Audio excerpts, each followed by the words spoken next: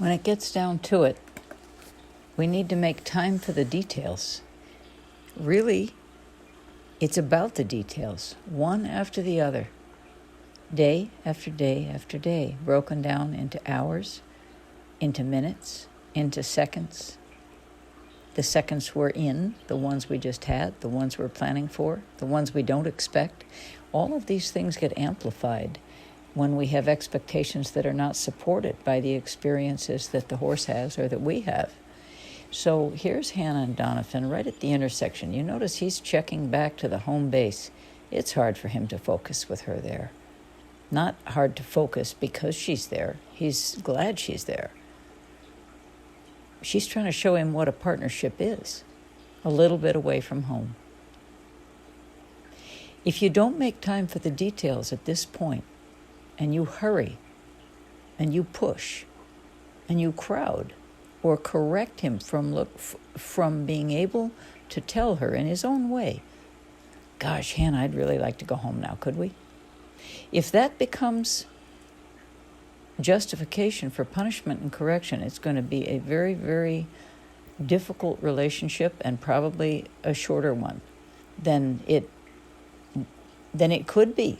Probably a shorter one than the person would really plan for. So as we watch this unfold, this is real time.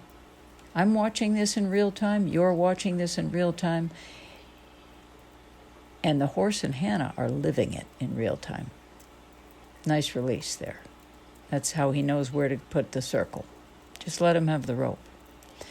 So right at this point, because she's not looking at his head and neck and not speeding up. She's not speeding up because she doesn't want him to speed up. Do you see that her footfall stops him? He's tied to the pace of her feet, and he's not crowded by the confrontation that many people subject a horse to without meaning it.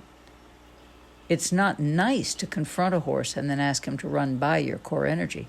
Not nice for him, and ultimately won't be nice for you either, because the training that a horse understands, the lessons that he takes home to the pasture, the barn, the stable, your next ride, or into a trailer with you, God forbid, when you have taught him to lunge past you, bent away from you, not the way she's looking now, right toward the horse, with him curled around her to say hello. But when you look at the eye and head and lunge the horse past your core energy that is directed at his forehand, his eye, or ahead of him even, that creates a brace that is so deep and so hard to eradicate, so very, very difficult to take away. So what you want to have is the horse's interest without cultivating disrespect. These little exercises that she's doing here with the rope over his back, this will precede her leg. Her leg will be going over that back. She's changing eyes here with that rope. She tosses it over his back from his right eye into his left eye. And in that little spot between, the spot between where he can see her now, coiling the rope and bending over, he wants to be involved, which is a good sign. He says, what are you doing? Can I participate in this? Sure you can. You can get ready to take it on the other side of your back and take a look at it there. You see, if this type of work isn't done at this stage, what's going to happen is she's going to have an awful lot more work to do when she's trying to get ready to put her leg over him for the first time. The biggest thing that horses have a hard time getting used to is to process the idea that your body can be in two eyes at once and suddenly appear from out of the sky. They're not used to that.